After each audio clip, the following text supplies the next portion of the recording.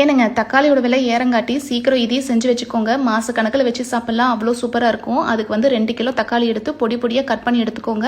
ஒரு பேன் எடுத்துக்கோங்க. அதில் வந்து 1/4 லிட்டர் அளவுக்கு நல்லெண்ணெய் ஆட் பண்ணிவிட்டு நம்ம கட் பண்ணி வச்ச தக்காளி ஆட் பண்ணிக்கோங்க.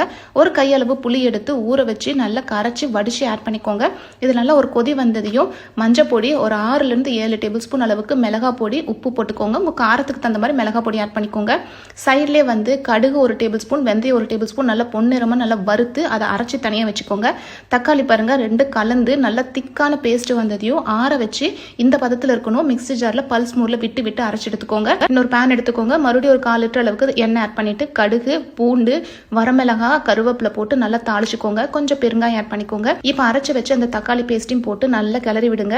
நம்ம பொடி பண்ணி வச்ச கடுகு வெந்தய பொடியும் ஆட் பண்ணிக்கோங்க. இது பாருங்களேன் அப்படியே ஒரு ஸ்டேஜில் திக்காகி லாஸ்ட்டாக எண்ணெய் பிரிஞ்சு வரும். இப்போ கொஞ்சமாக நாட்டு சக்கரை ஆட் பண்ணிக்கோங்க. அவ்வளோதான், சூப்பரான தலை தக்காளி ஊறுகாய். எண்ணெய் நிறைய சேர்த்திருக்கோம். ஸோ உப்பு காரம் எல்லாம் உரப்போட ரொம்ப நல்லா இருக்கும். கண்டிப்பாக வீட்டில் ட்ரை பண்ணுங்க, சூப்பராக இருக்கும்.